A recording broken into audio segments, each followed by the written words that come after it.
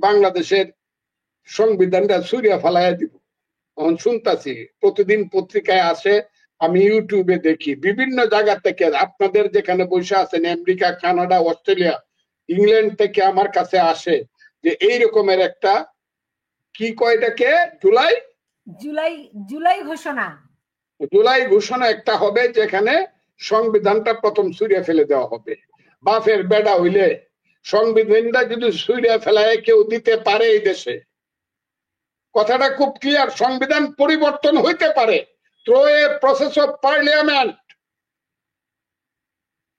কিন্তু যারা সংবিধানটা যদি ছুঁড়ে ফেলায় দিতে পারে 5ই আগস্ট কেন্দ্রিক বা জুলাই কেন্দ্রিক, যারা বলতেছে যে এইখানে আর কোনো থাকবে না, আইন থাকবে না, আদালত থাকবে না, কিছুই থাকবে না, বিপ্লবী সরকার দেশ চালাবে তাদের ইচ্ছা মতো মবের মাধ্যমে, আমি কিন্তু খুব ক্লিয়ারলি বলে দেই, এত ভাত দুধ দিয়া মাখায়েন না, গলায় কাটা লাগবে। কিন্তু এত ভাত দুধ দিয়া মাখায়েন না, এই কাজটার দিকে যায়েন না, এটা করেন না, তাহলে এদেশের গন্ডগোল আর কোনোদিন মিটবে না, কোনোদিন মিটবে না। যারা এই দেশের নাম পরিবর্তন করতে চান, সংবিধানটাকে যারা ঢিল মেরে ফেলে দিতে চান, যারা এই দেশকে সাম্প্রদায়িক জঙ্গি দেশ হিসাবে পৃথিবীর বুকে প্রতিষ্ঠিত করতে চান, তাদেরকে খুব ক্লিয়ারলি বলে দিলাম, এত ভাত দুধ দিয়া মাখায়েন না, এত সুজা না, এখনো মুক্তিযোদ্ধারা মরে নাই। আপনার একজন বিপ্লবী ডক্টর আলী রিয়াজ, যিনি জাসদ করতেন, বামপন্থী, তারাই তো এগুলো করছে। কে কে? ডক্টর আলী রিয়াজ। ডক্টর আলী রিয়াজের আমি ওটা ওই শানে নজরুলটা আমি পাইছি, শানে নজরুলটা আমি পামু। ডক্টর আলী রিয়াজ কে? Who is doctor Ali Riaz in Bangladesh? আমার দল যায় বলে আমি কিছু বলি না, এই দেশের মানুষের ব্যক্তিত্ব সব ধ্বংস হয়ে গেছে বলে আমি চুপ করে থাকি। আলী রিয়াজ কে? Who is Ali Riaz in Bangladesh? সে মার্কিন নাগরিক। খলিল কই? Where is Khalilur Rahman?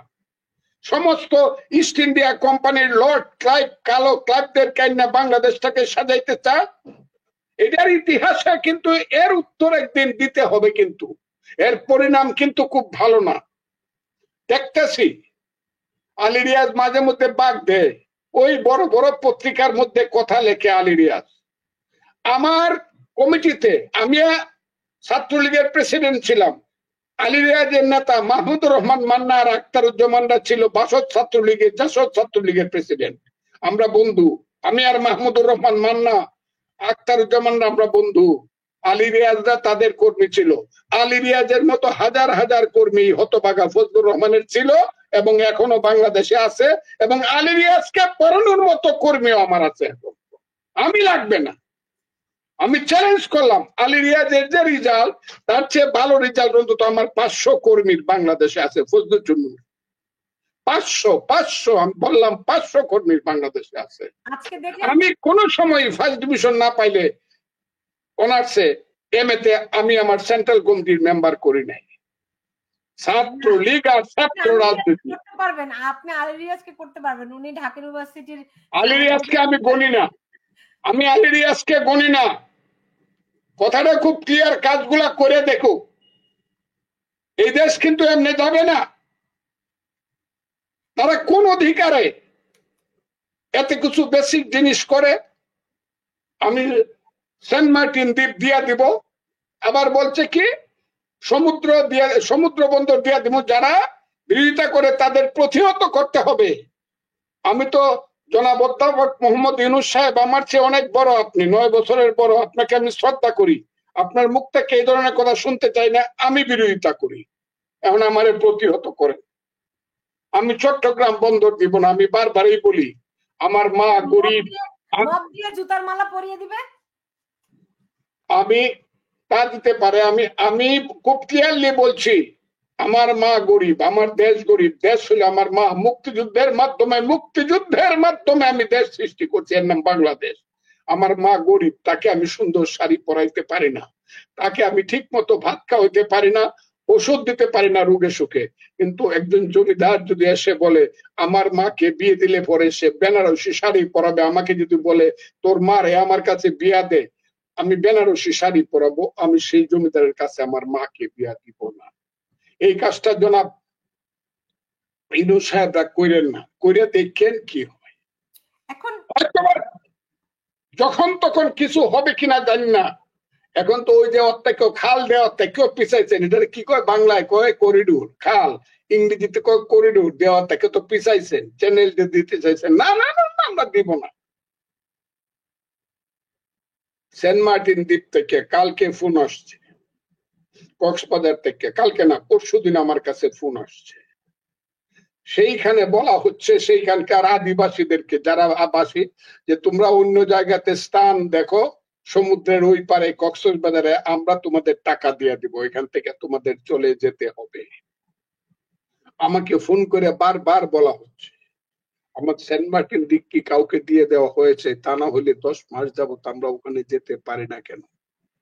কাজী ইউনূস সাহেবরা আমার সংবিধান বদল করে দিবেন, আমার মুক্তিযুদ্ধ ফালায় দিবেন, মুক্তিযোদ্ধার গলায় আপনি জুতার মালা দিবেন, গালে জুতার বাড়ি দিবেন, আমার চট্টগ্রাম বন্দর দিয়া দিবেন, আমার দেশের ভিতর দিয়া যুদ্ধ করার করিডোর দিয়া দিবেন, আমার সেন্ট মার্টিন দিবে স্টিমার লাগাইবার জায়গা দিয়া দিবেন।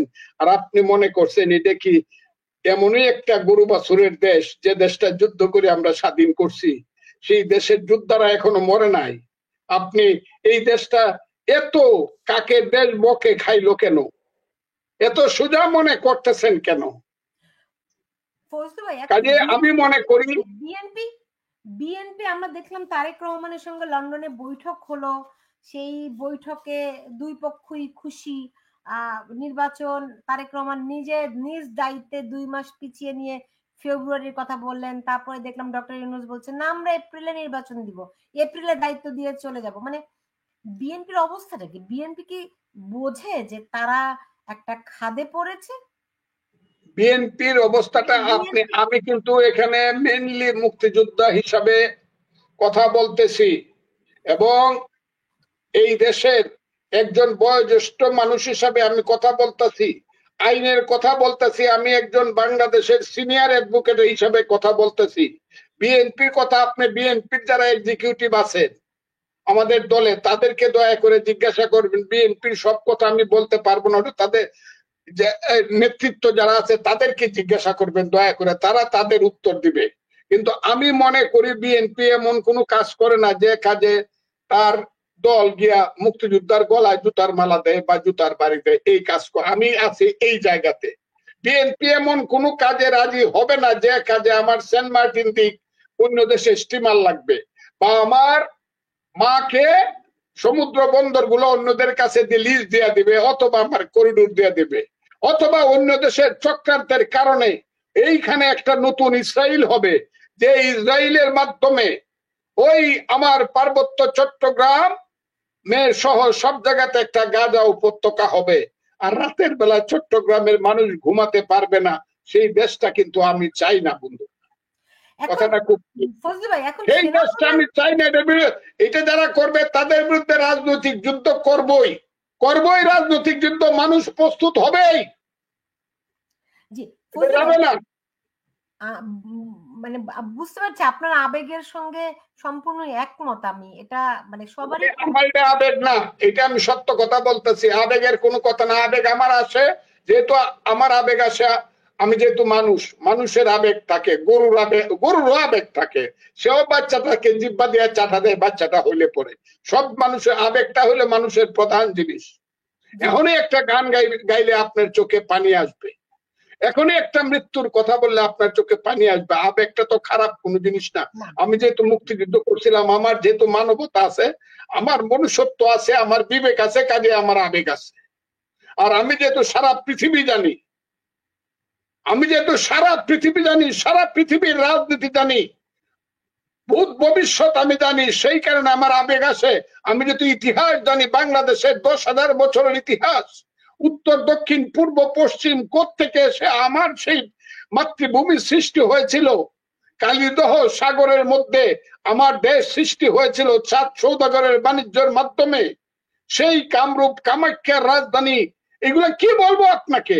আমার দেশ কোত্থেকে একটা জাতি, বাঙালি জাতি সত্তা কিভাবে আসলো? হাজার হাজার বছর যাবৎ বাঙালি জাতি কোনোদিন সবসময় পরাধীন ছিল, স্বাধীন ছিল না। সেই বাঙালি জাতি কি করে আসলো?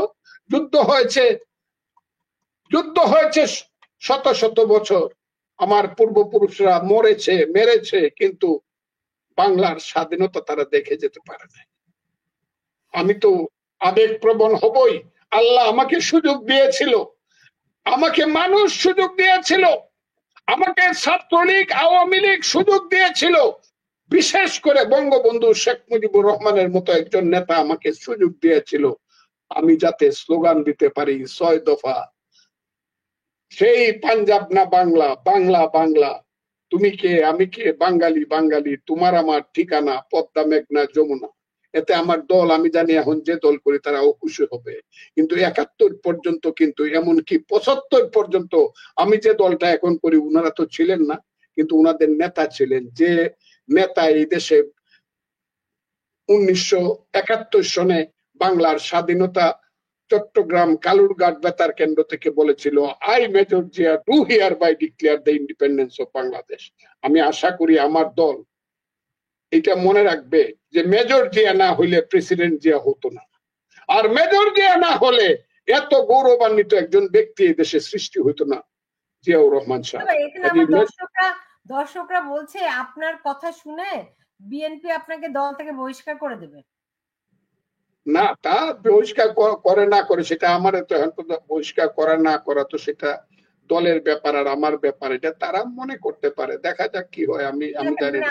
আপনি যদি এভাবে করে বলেন, বিএনপির আসলে মুক্তিযুদ্ধ নিয়ে এখন ভূমিকাটা কি, এটা একদম পুরো ধোঁয়াশা, আমরা বুঝতেই পারছি না।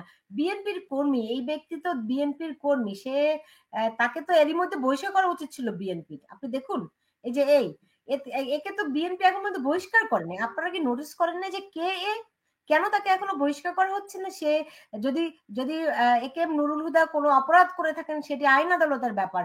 তার বাসায় গিয়ে তাকে এরকম জুতা পেটা করা, তাকে এভাবে লাঞ্ছিত করার অধিকার তাকে কে দিয়েছে? এটা কি আপনারা দলীয় ফোরামে আলাপ করেছেন? আমি আলাপ করি নাই, কিন্তু ওইটা দেখে আমার মনে হয় কি, আমারও ছেলে, শুনেন, এটা দেখে আমার মনে হয় আমার একজন স্ত্রী আছে। ওই যে আমি টেলিভিশনে সবসময় বলি যে আমার স্ত্রী লয়ার, আমরা ২৪ ঘন্টা একসাথে থাকি, আমার ৪টা বাচ্চা আছে, আমার একটা নাতিও আছে। আমি কথাটা খুব বুঝার চেষ্টা করেন। এখন যদি আইসা কেউ আমাকে বাসার থেকে ধরিয়া এই ছেলে মেয়ের সামনে আর আমার স্ত্রীর সামনে জুতা পিটা করে, আমি তো আত্মহত্যা করি। আমি ফজলুর রহমান তো অর্জন করছি এটা, আমি তো যত অন্যায় আমি করি আমার সন্তানের সামনে, আমার স্ত্রীর সামনে আমাকে এসে মানুষ জুতা পিটা করলো, এরপরে তো আমার বাঁচার কোনো অধিকার নাই, আর দরকারও নাই। আমি সেই কথাটা বলতেছি, বিএনপি আমাকে এক্সপেল করবে কি করবে না, আমি মুক্তিযুদ্ধের কথা বললে সেটা তো আমার নেতৃত্ব জানে, সেটা আমার নেতৃত্ব এখন পর্যন্ত আমাকে বলে নাই, কারণ আমি জানি আমার নেতৃত্ব বুঝে, আমার নেতৃত্ব বুঝে। ওই যে আজকে ইরানের যুদ্ধ লাগছে, কথাটা বুঝেন আপনি, ইরানের যুদ্ধ লাগছে, ইরানের প্রধান নেতা ছিল আন্দোলনের বনি সদর নামে মধ্যবিত্ত রাজনীতি একটি দল, তাদের পিছনে ছিল মোল্লারা, খামেনিরা। সেই বনি সদরকে ৬ মাস না ১ বছর না ১.৫ বছর বা প্রধানমন্ত্রী রাখছিল, কিন্তু পরে লাথি দিয়ে তাদেরকে বাইর করে দিচ্ছে। এটা কিন্তু আমার দলের বোঝা দরকার, এবং বুঝে আমি জানি আমার দলে এমন মানুষ আছে যারা রাজনীতি বুঝে এবং রাজনীতি জানে এবং ইতিহাস জানে। কাজেই আজকের বাংলাদেশে বিএনপির কি ভূমিকা হওয়া দরকার সেটা জানে। হ্যাঁ, আজকের প্রেক্ষাপটে তারা বলতে চাইতেছে যে ইউনূস সাহেবের সঙ্গে তারা আপুস আমি বলবো না, তারা একটা আলোচনার মাধ্যমে একটা সমঝোতায় আসছে। সেই সমঝোতাটা তো যারা আসছে দেখা যাবে, let us wait for time. আমি যে ইংরেজিতে বারবার বলি, বেশি ইংরেজি জানি না তো, the time will answer in time, let us wait for time and the time will answer in time. আমাদের নেতা তারেক রহমান সাহেবের সাথে ইউনূস সাহেবের যে কথাবার্তা হয়েছে, সেই কথাবার্তা তো কিছুটা আমরা জানি, শরীয়তটা জানি, মারেফতটা তো আর জানি না। কথাটা খুব বুঝার চেষ্টা করেন, যেটা প্রকাশ্যে আসছে সেটা জানি, কিন্তু গোপনে তো তারা আলাপ করছে। নিশ্চয়ই ইউনূস সাহেব এমন কোন কথা দিছে বা এমন কোন এগ্রিমেন্ট করছে যে ফেব্রুয়ারির ১২ তারিখের মধ্যে ইলেকশন হবে। সেই ইলেকশনটা যদি এগ্রি করে, সেই ইলেকশনটা যদি অ্যাকচুয়ালি হয়ে যায় তাহলে তো বুঝবো যে তারেক রহমান যে খেলা খেলছে আমাদের নেতা, সেই খেলায় উনি গোল্ড মেডেল পাবে। দেশটাকেও বাঁচাইলো, নির্বাচনটা হইলো। এখন আবার দেখতেছি একটা নির্বাচন দক্ষিণ সিটি, ঢাকা দক্ষিণ সিটি কর্পোরেশনের ব্যাপার নিয়ে এমন একটা আওলা লাগছে যে আওলায় এখন নাকি শুনতেছি স্থানীয় কর্পোরেশনের নির্বাচন হবে, স্থানীয় নির্বাচন হবে। তারা চাইতেছে প্রতিদিন প্রতি মুহূর্তে ওই কি কি আনুমানিক কি আনুপাতিক হারে সংসদ সদস্য সর্বোচ্চ 300 পাইবো। হ্যাঁ, পাগলের একটা সীমা থাকে। পাবনাতে আমাদের একটা হসপিটাল আছে। যা হইতেছে যা হইতেছে এই দেশে, একটা হসপিটাল আছে, যা হইতেছে আমার মনে হইতেছে জেলায় জেলায় থানায় থানায় হসপিটাল হইতে। ওই হসপিটালে পাবনা মতো হসপিটাল প্রত্যেক থানায় একটা করে হইতে হবে। এই যে যারা বলতেছে এখন যে এই স্থানীয় নির্বাচন আগে হইতে হবে, আনুপাতিক হারে ভোটের মাধ্যমে এমপি নির্বাচন করতে হবে, ইত্যাদি ইত্যাদি ইত্যাদি ইত্যাদি, সংবিধানটা ছিঁড়ে ফেলায় দিতে হবে, যারা মনে করতেছে যাদের মিছিলে 150 লোক হয় না এবং যারা ভোট করলে ইউনিয়ন পরিষদের একটা মেম্বার ভোট পাবেন, এদের গুরুত্ব কেন যায়? যে দলটার মধ্যে এখন পর্যন্ত রেজিস্ট্রেশন হয় নাই, যে দলটার, সেই দলটার ছোকরা বাচ্চা শিশুরা সামনে বৈশা বৈশা বড় বড় কথা বলে। এক ছেলে দেখলাম বললো 400 সিটের মধ্যে 300 পার্লামেন্ট সিট নাকি এনসিপি জিতে ফেলবো। এটা আবার আলোচনাও করে। তারে আবার জিজ্ঞাসা করেন, রে বাবা তোমার মাথাটা কি ঠিক আছে কিনা, আমার কথাটা বুঝেন। ওর কথা লয়ে আবার আলাপও করে দেখি। ওই এই যে শুরু হয়েছে যে বিএনপি একটা কথা বলার সঙ্গে সঙ্গে আবার ওই এনসিপি দিয়ে কথা বলায়, তাইলে সমান সমান হয়ে গেল। আরে হ্যাঁ, হিমালয় পর্বত আর টিলা সমান? হ্যাঁ, গোবরের স্তূপ আর হিমালয় পর্বত সমান সমান হয়ে গেল? একটা ডুবা একটা টিলা হয়ে গেল মহাসাগরের সমান? এইটা বাংলাদেশে হইতেছে, চলছে। ইউনূস সাহেব এই ম্যাজিকটা দেখাইতেছে। ইউনূস সাহেব খুব, ওনাকে রেসপেক্ট করে বলছে, উনি খুব বড় ম্যাজিশিয়ান, পৃথিবীর শ্রেষ্ঠ ম্যাজিশিয়ানদের একজন। উনি খুব ম্যাজিক দেখাইতেছে। আমি আপনাকে খুব ক্লিয়ারলি বললাম দলের কথা, যেটা বিএনপির ব্যাপারে জানতে চাইবেন এটা আমাদের যারা বিএনপির সাংগঠনিক যারা নেতৃত্বে আছে তাদের কাছে জিজ্ঞাসা করবেন। আমি শুধু বাংলাদেশের মুক্তিযুদ্ধ, তার রাজনীতি এবং বর্তমানে যে ঘটনা প্রবাহ তার উপরে আমি কথা বলে গেলাম। এতে আমার ভাগ্যে কি আছে আমি জানি না, কিন্তু আমি এই কথাগুলো না বললে আমি পাপী হব বলে মনে করি। আমি বিবেকের কাছে আমি নিজেকে সাংঘাতিক ভাবে দায়ী থাকবো বলে মনে করি, এবং মুক্তিযোদ্ধা এবং মুক্তিযুদ্ধের কাছে যাদেরকে আমি যুদ্ধে গিয়েছিলাম, যারা পাহাড়ের পাদদেশে কবরের মধ্যে পড়ে আছে, যে মুক্তিযোদ্ধারা, তাদের আত্মার অভিশাপে আমি অভিশপ্ত হব। সেই কারণে আমি বিবেকের ধারণায়, রাজনৈতিক চেতনায় আমি সমস্ত কথাগুলো বলে যাচ্ছি।